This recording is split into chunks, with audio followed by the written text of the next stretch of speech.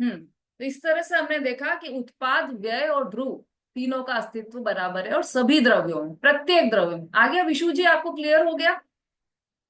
जी जी जी। हम्म चलिए, अब नेक्स्ट देखिए 23 नंबर का। आवाज आ रही है सबको? चलिए, द्रव्यों में दो तरह की शक्ति है, एक भाववती और दूसरी क्रियावती। दो प्रकार की शक्ति है। किस, कौन कौन से द्रव्यों में? तो द्रव्यों में लिखा है, इसका मतलब पहले तो यहाँ पर ये बोला है कि सभी द्रव्यों में। तो भाववती शक्ति तो सभी द्रव्यों में है, और दूसरी क्रियावती शक्ति। भाववती शक्ति क्या है? उत्पाद व्यय रूप परिणमन। देखो ये पहले भी आ चुका है, भाववती शक्ति इसमें आया था।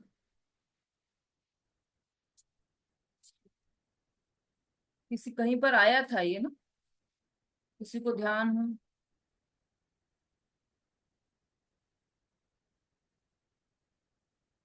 ये पेज नंबर 328 निकालिए। इसमें तीसरे नंबर का जो पॉइंट है, द्रव्यों में दो तरह की शक्ति होती है, एक भाववती और दूसरी क्रियावती। उनमें से भाववती शक्ति समस्त द्रव्यों में है, और उससे उस शक्ति का परिणमन उत्पाद व प्रत्येक द्रव्य में द्रव्यत्व को कायम रखकर होता है। ये भाववती शक्ति का काम। मतलब द्रव्य द्रव्य रूप भी रहेगा, और उत्पाद व्यय भी उसमें रहेंगे। क्रियावती शक्ति जीव और पुद्गल, इन दो ही द्रव्यों में होती है। ये दोनों द्रव्य एक क्षेत्र से दूसरे क्षेत्र में जाते हैं, किंतु इतनी विशेषता है कि जीव जब ये अब अलग है, पर मतलब दोनों का ये एक क्षेत्र से दूसरे क्षेत्र में जाने रूप जो शक्ति है, वह क्रियावती शक्ति है। तो भाववती शक्ति किसे कहा? जो प्रत्येक द्रव्य में द्रव्य रूप परिणमन होने की शक्ति है, वह भाववती शक्ति। 24 नंबर का देखिए। द्रव्यों में संबंध दो तरह का है, विभाव सहित और विभाव रहित। विभाव सहित किसमें किसमें? तो जीव और पुद्गल के अशुद्ध दशा में विभाव होता है। केवल जीव और पुद्गल, इन दो ही द्रव्यों में वैभाविक शक्ति है, और बाकी के सब द्रव्य शुद्ध ही होते हैं, उनमें वैभाविक शक्ति ही नहीं। कौन कौन से? धर्म, अधर्म, आकाश और काल। ये चारों द्रव्य परमानेंटली शुद्ध है, कभी भी अशुद्ध होते ही नहीं। एकमात्र जीव द्रव्य और पुद्गल द्रव्य, ये दो ही द्रव्य ऐसे हैं जो अशुद्ध भी हो जाते हैं और शुद्ध भी हो जाते हैं। इसमें से जीव द्रव्य तो ऐसा है कि एक बार शुद्ध हो गया तो फिर शुद्ध ही रहेगा, कभी अशुद्ध नहीं हो। और पुद्गल द्रव्य शुद्ध होने के बाद भी अशुद्ध हो जाता है, मतलब उसका परमाणु रूप परिणमन होता है, फिर वापस स्कंद रूप भी हो जाता है वो, ऐसा। तो त्रिकाल विभाव रहित है बाकी सभी द्रव्य। तो ये तो समझ में आ गया होगा। 25वें नंबर का देखिए। द्रव्यों में विभाव दो तरह से है, जीव के विजातीय पुद्गल के साथ, पुद्गल के सजातीय एक दूसरे के साथ, तथा सजातीय पुद्गल और विजातीय जीव, इन दोनों के साथ। थोड़ा सा शब्द कठिन लगेंगे आपको, लेकिन अर्थ सरल है इसका। द्रव्यों में विभाव दो तरह से है। अब ये किस किस द्रव्य की बात है? चलो, ये कौन बताएगा? ये जो 25 नंबर का पॉइंट है, इसको आप पढ़ने से क्या समझ में आया कि कौन कौन से द्रव्य की बात है? आरती जी। जी जी, ये जीव और पुद्गल दो द्रव्यों की बात है। तो इसमें तो क्योंकि द्रव्यों में बाकियों में तो लिखा है। हम्म द्रव्यों में विवाह दो तरह से, जीव के विजातीय पुद्गल के साथ और पुद्गल के सजातीय एक दूसरे के साथ। तो मतलब नहीं तो दीदी, इसमें अभी जो अपन ने पढ़ा ना पॉइंट, कि ये इससे पहले वाला पॉइंट, कि जो जीव और पुद्गल जो होते हैं वो विवाह सहित होते हैं, और बाकी के जो चार द्रव्य हैं वो विवाह रहित हैं। ठीक है, सही है उत्तर आपका। ये केवल जीव हम्म। और पुद्गल की बात है यहाँ पर, क्योंकि वैभाविक शक्ति केवल जीव और पुद्गल में ही होती है। अनीता जी, समझ में आ रहा है? वैभाविक शक्ति केवल जीव और पुद्गल में ही होती है। और अब ये जो वैभाविक शक्ति है, वो भी दो तरह से कार्य करती है। कैसे? तो पहला तो जीव के, होगी किसमें? जीव में और पुद्गल में। तो अब उन दोनों की ही बात चलेगी सिर्फ। तो जीव के विजातीय पुद्गल के साथ, पहला पॉइंट तो ये। तो जीव है, विजातीय का क्या मतलब है कि जो उसकी जाति का नहीं है। तो वो कौन नहीं है उसकी जाति का? वैभाविक परिणमन में तो दो ही है, तो पुद्गल को लिया। पुद्गल उसकी जाति का नहीं है, तो उस पुद्गल के साथ जीव का विभाव होना, जीव का संबंध होना, एक तो ये विभाव हो गया। जीव के विजातीय पुद्गल के साथ विभाव, ये विभाव। दूसरा, पुद्गल के सजातीय एक दूसरे के साथ तथा सजातीय पुद्गल और विजातीय जीव इन दोनों के साथ। मतलब और सरल शब्दों में इसको लेंगे यदि हम, तो पहला जो पॉइंट है वो आ गया है द्रव्य कर्म का, जीव का द्रव्य कर्मों के साथ संबंध। ये हो गया जीव का विजातीय पुद्गल के साथ संबंध, है ना। जो द्रव्य कर्म है वह पुद्गल है ना, ज्ञानावर्णादिक जो 8 कर्म है वह पुद्गल है, उसके साथ जीव का एक क्षेत्रावगाह संबंध हो जाता है। तो वह वैसे तो 9 कर्म के साथ भी एक क्षेत्रावगाह संबंध है, तो उसको भी ले सकते हैं। लेकिन यदि सूक्ष्म से सूक्ष्म पर यदि हम जाएं, तो द्रव्य कर्म। दूसरा, पुद्गल के सजातीय एक दूसरे के साथ तथा सजातीय पुद्गल और विजातीय जीव इन दोनों के साथ। अब इसमें 2 पॉइंट आ गए। पुद्गल के सजातीय एक दूसरे के साथ, मतलब स्कंध रूप होना, पुद्गल परमाणु का स्कंध रूप होना। तो एक एक पुद्गल का दूसरे के साथ मिलना वह विभाव हो गया। तो पुद्गल का के सजातीय एक दूसरे के साथ मतलब स्कंध रूप होना, तथा सजातीय पुद्गल और विजातीय जीव इन दोनों के साथ, ये भी विभाव है। सजातीय पुद्गल मतलब पुद्गल का सजातीय पुद्गल के साथ, जो सजाति मतलब पुद्गल का पुद्गल के साथ और विजातीय जीव के साथ, दोनों के साथ संबंध, यह भी विभाव है।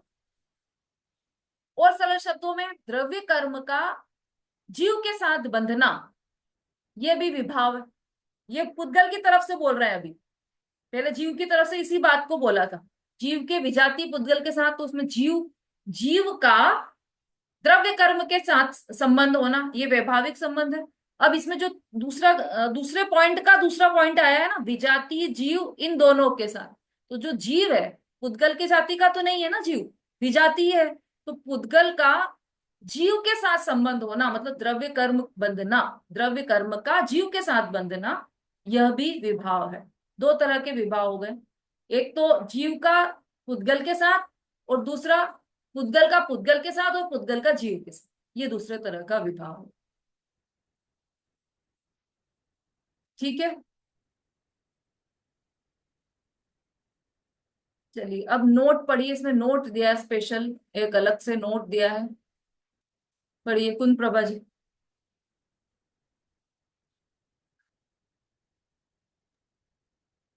दीदी जय जी ने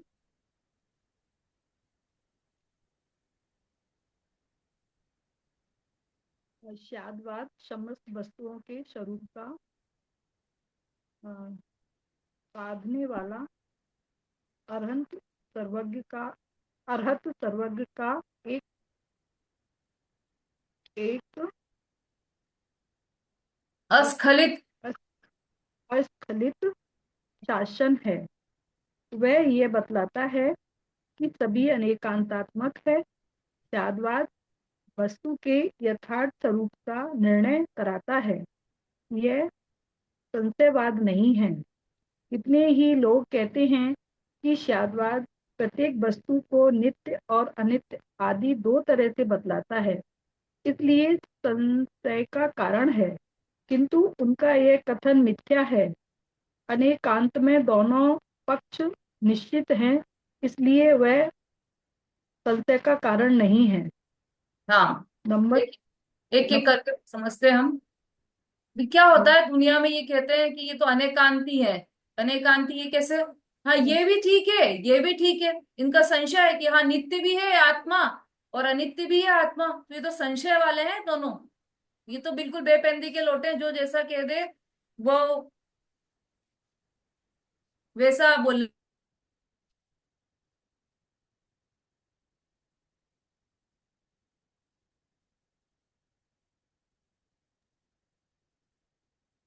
तो संशयवाद, अनेकांतवाद को संशयवाद कहते हैं लोग, उसका निराकरण किया यहाँ पर। स्यादवाद समस्त वस्तुओं के स्वरूप का साधने वाला है, वस्तु के संपूर्ण स्वरूप को साध देता है, एक एक अंग को नहीं। स्यादवाद, पहले तो स्यादवाद का मतलब क्या है ना? वस्तु स्यादवाद मतलब शादवाद साहित्य, शाही के दवात ऐसा नहीं है स्यादवाद मतलब। स्यातवाद, स्यात मतलब होता है, स्यात मतलब कथनचित और वाद मतलब कथन। तो जो जो कथन कथनचित बताए उसे स्यादवाद कहते हैं। तो स्यादवाद समस्त वस्तुओं के स्वरूप का साधने वाला है कि कथनचित नित्य भी है आत्मा, कथनचित अनित्य भी है ऐसा। अरहंत सर्वज्ञ का एक अस्खलित शासन है। जो ये साधवाद है, साधवाद जो कथन की शैली है वो अनेकांतात्मक वस्तु को बताने वाली है। और अरहंत सर्वज्ञ का एक अस्खलित शासन है। अस्खलित मतलब जिसे कोई डिगा नहीं सके, जिसे कोई अपने स्थान से हिला नहीं सके, जिसका कोई बाल भी बांका नहीं कर सके, ऐसा अरहंत सर्वज्ञ का एक अस्खलित शासन है। वह यह बतलाता है कि सभी अनेकांतात्मक है, सभी मतलब सभी द्रव्य, सभी वस्तुएं। साधवाद वस्तु के यथार्थ स्वरूप का निर्णय करता है। वस्तु के यथार्थ स्वरूप का निर्णय करने वाला है सद्वत। हमने देखा था ना वो हाथी का उदाहरण, उसमें किसी ने हाथी की सूंड पकड़ ली और कहा कि ये तो, ये जो वस्तु है, जो जानवर पकड़ कर लाए हो आप, ये पूरा, उसने कान को पकड़कर कहा कि ये पूरा सुपड़े जैसा है, तो उसने पूरी वस्तु को सुपड़े जैसा मान लिया। लेकिन जो आंख वाला है उसने पूरी वस्तु को देखा कि हाँ, हाथी सूप जैसा भी है, भी लगाया ना, तो ये भी शब्द साधवाद का परिचायक। यदि ऐसा कहते कि हाँ सुपड़े जैसा ही है तो बिल्कुल गलत हो जाता। लेकिन यदि उसने भी लगा दिया तो वही बात बिल्कुल सही हो गई, बिल्कुल सही। कितने ही लोग कहते हैं कि साधवाद वस्तु के यथार्थ स्वरूप का निर्णय कराता है, यह संशयवाद नहीं है।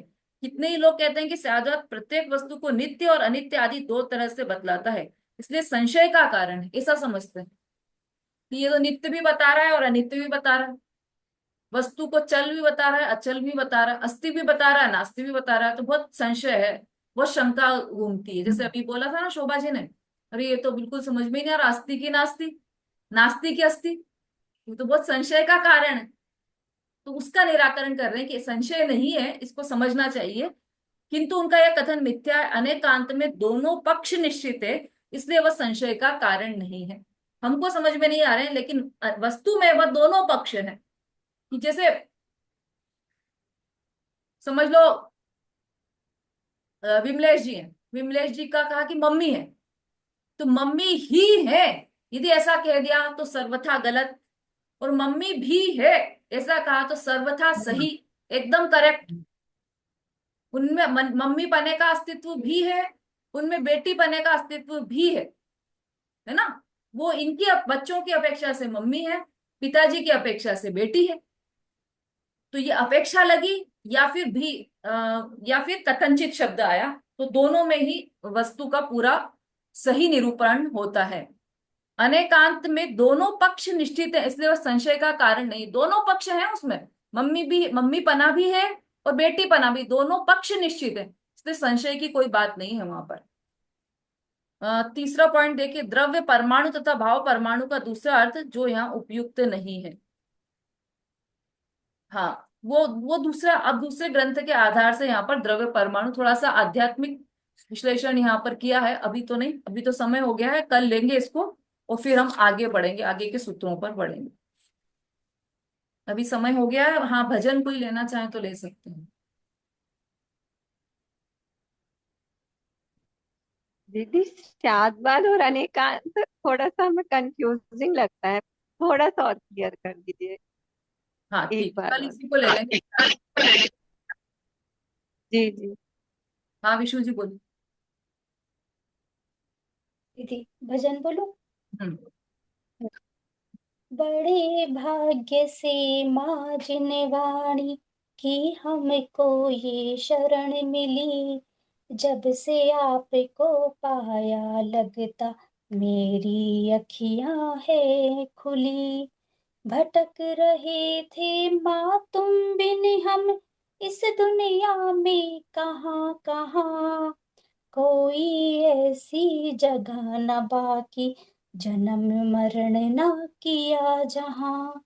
जन्म मरण के रोग की औषध जग में आप हो एक भली, जब से आपको पाया लगता मेरी अखियां है खुली।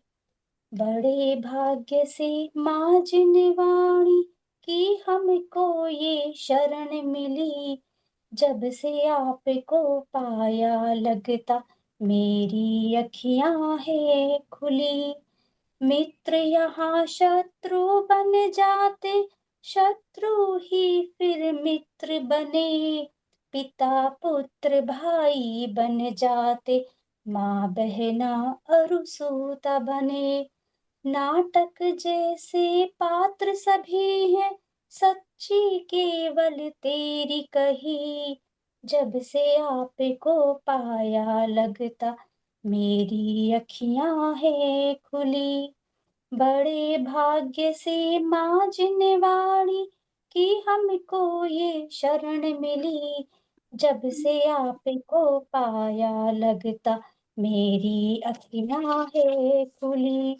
सब द्रव्यों को भोग चुके हैं, कोई जग में नया नहीं, नए रूप में हमें लुभाता मोह ये छलिया दिखा रही। शरण आपकी जब से पाई, मोह की फिर ना एक चली, जब से आपको पाया लगता मेरी अखियां है खुली। बड़े भाग्य से माँ जिनवाणी की हमको ये शरण मिली, जब से आपको पाया लगता मेरी अखियां है खुली। तब भी जब ना मेरा अपना, पर द्रव्यों की बात कहाँ, तेरा मेरा करते करते बिता दिया सब काल यहाँ। भेद ज्ञान तुमने सिखलाया, तब दुर्मत की बला टली, जब से आपको पाया लगता मेरी अखियां है खुली। बड़े भाग्य से माँ जिनवाणी की हमको ये शरण मिली, जब से आपको पाया लगता मेरी अखियां है खुली। देहातीत स्वरूप है मेरा, आपने हमको बतलाया, इंद्रिया इसको छू ना सकती, बाहर हमने भटकाया। खुद को मैं पहचान सका हूँ, अंतर ज्योति आज जली, जब से आपको पाया लगता।